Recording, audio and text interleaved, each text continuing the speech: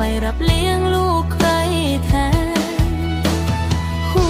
วใจมันเจ็บห้องไห้บ่มีไผเห็น